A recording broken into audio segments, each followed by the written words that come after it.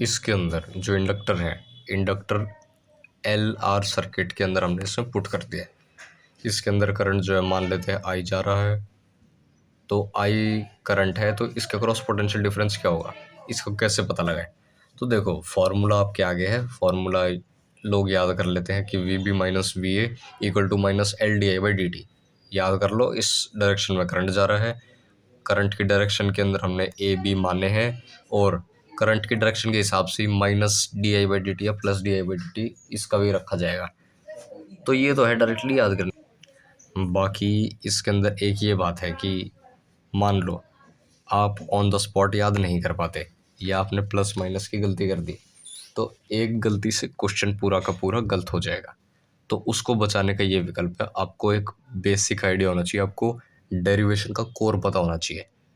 तो देखो डेरिवेशन का एक कोर ये है कि एल की जो डेफिनेशन है phi equal to L I, ये डेफिनेशन है इंडक्टर के अंदर। फाई जो है इसके अंदर फ्लक्स है, करंट है आई, और एल है इंडक्टेंस। इसको हम डिफ्रेंशिएट करते हैं D phi by D T के फॉर्म में equal to L D I by D T, ठीक है। और हमें ये पता है कि E M F equal to minus D I by D T होता है, D phi by D T. तो यहाँ से ई एम एफ जो है वो आता है L D I by D T across the inductor. तो ये तो है इसकी डेरिवेशन। बाकी विजुअलाइजेशन जो है इसकी, विजुअलाइज करने के लिए हम मान सकते हैं कि ये एक एल आर सर्किट में बैठा हुआ है और करंट की डायरेक्शन है ऐसे, पॉजिटिव टर्मिनल है इसका, पॉजिटिव टर्मिनल से निकल के ये जा रहा है इस तरफ, और यहाँ पे करंट पूरा का पूरा हमारा जा रहा है। तो देखो ये बात हमें पता है कि at the start of the circuit, at the starting of the current in this circuit, inductor behave approximately like a open wire, no current passes. तो इसका हम क्या मतलब निकाल सकते हैं, क्या निष्कर्ष निकाल सकते हैं। तो इसका आप ये पता लगा सकते हो कि देखो स्टार्टिंग में ओपन वायर है, बहुत ज़्यादा रेजिस्ट करता है। तो ओपन वायर का मतलब है कि यहाँ पे जो पूरा का पूरा है ना, एक ऐसी बैटरी मान सकते हैं इस इंडक्टर को रिप्लेस कर सकते हैं। क्योंकि देखो अल्टीमेटली इंडक्टर क्या करेगा, जो ये रेजिस्टेंस है, रेजिस्टेंस को क्या मतलब है, पूरे सर्किट के अंदर रेजिस्टेंस क्या देखता है, सिर्फ रेजिस्टेंस ये देखता है कि भाई मेरे अक्रॉस कितना पोटेंशियल डिफरेंस है, उसके अकॉर्डिंग मैं अपने अंदर से करंट जाने दूंगा। रेजिस्टेंस का सिर्फ ये काम है, बैटरी का काम है सिर्फ और सिर्फ उसके अक्रॉस पोटेंशियल डिफरेंस प्रोवाइड करना, और इंडक्टर का काम है सिर्फ और सिर्फ करंट को अपोज करना मैग्नेटिक फील्ड के थ्रू, और करंट को स्टोर करना और एनर्जी स्टोर करना। ये काम है इन तीनों के। ये तीनों इंडिपेंडेंट हैं, लेकिन इनका जो इन्फ्लुएंस है एक दूसरे पे होता है, जिसकी वजह से ये जो बिहेवियर हम देखते हैं वो दिखाते हैं। तो यहाँ पे देखो कि आपको एक फैक्ट पता है, बहुत सारी अप्रोच है, एक फैक्ट आपको ये पता है कि at the start of the circuit, at the start of flow of current, open wire की तरह बिहेव करता है इंडक्टर। मतलब कि रेजिस्टेंस के लिए पूरे इस सर्किट के अंदर पोटेंशियल डिफरेंस ज़ीरो है, यानी कि मान लो इसको ज़ीरो, इस टर्मिनल को ज़ीरो मान लो, तो ये वी हो गया, और यहाँ पे वापस ज़ीरो है, यानी कि अक्रॉस द एल जो पोटेंशियल डिफरेंस है वो भी वी ही है। या यूं कह सकते हैं जो ये एल है, यहाँ पे एक ऐसी बैटरी रखी है जो इस बैटरी को काट के अपोज कर रही है दूसरी अपोजिट डायरेक्शन में। तो अब आप इसको याद रखते हो, आप इस फॉर्मूले को डिराइव कर सकते हो।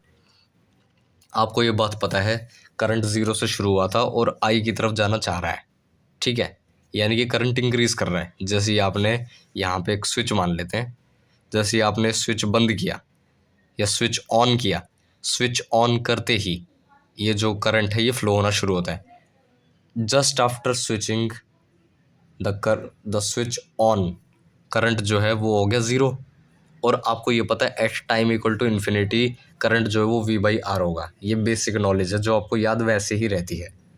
तो ये टी इक्वल टू इन्फिनिटी के ऊपर जाएगा वी बाई आर की तरफ, और zero, T equal to zero पे ये ज़ीरो, तो ये करंट इंक्रीज़ कर रहा है। तो मैं ये पता चल गया इंक्रीज़ कर रहा है, यानी कि यहाँ पे जो D I by D T है वो इंक्रीज़ है, पॉजिटिव है, और एल जो है वो तो हमारा पॉजिटिव होता ही है। तो ये जो ओवरऑल वैल्यू है माइनस होएगी, मतलब कि V B minus V A equal to minus L D I by D T, ठीक है। तो यहाँ से आपने इसको डिराइव कर लिया एक अप्रोच इस वाले से कि करंट ज़ीरो है और फाइनल इतना जाएगा, इनिशियल इतना है। दूसरा ये पता लगा सकते हो, इतना भी दिमाग लगाया तो, कि भाई देख स्टार्टिंग में करंट हमेशा इंक्रीज करेगा ही, करंट इंक्रीज कर रहा है, तो अगर किसी भी इंडक्टर के अंदर जिस डायरेक्शन में फ्लो जा रहा है उस डायरेक्शन में फ्लो जाते वक्त अगर करंट इंक्रीज कर रहा है तो इंडक्टर जो है ना उसको अपोज करने के लिए उसके अपोजिट एक बैटरी बना देगा। आप इस वे में याद कर सकते हो कि करंट अगर इस डायरेक्शन में जा रहा है और करंट बढ़ रहा है तो बैटरी की कंडीशन ऐसे होगी।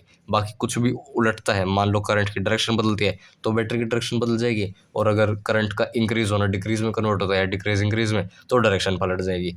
तो ऐसे भी याद कर सकते हो। बाकी बेसिक जो फॉर्मूले हैं, बेसिक जो कॉन्सेप्ट है वो है इनकी डेरिवेशन का ये, इसको ध्यान में रखो। पेपर के अंदर बिल्कुल जीरो से भी सोच सकते हो या सिली मिस्टेक से बच सकते हो। बाकी याद है वेल एंड गुड, लेकिन बहुत सारे ऐसे क्वेश्चन होंगे जहाँ पे डायरेक्टली फार्मूला यूज़ नहीं हो रहा होगा, जहाँ पे इस फार्मूले को ही आपको करना है। मान लो एडवांस में क्वेश्चन आ गया कि भाई di/dt की कंडीशन दे दी, कभी इंक्रीज कभी डिक्रीज, तो आप एक बार में फिर आपको बेसिक पे जाना ही पड़ेगा, और बेसिक पे जाने और आपको आता नहीं है तो आप फंस जाओगे। तो this is the full proof concept of inductance in the circuit. बाकी वही बात है, इंडक्टर को सिर्फ ये मतलब है मेरे में से करंट कितना जा रहा है, वो इंक्रीज हो रहा है डिक्रीज, बाकी उसको कोई मतलब नहीं है दुनिया में क्या चल रहा है।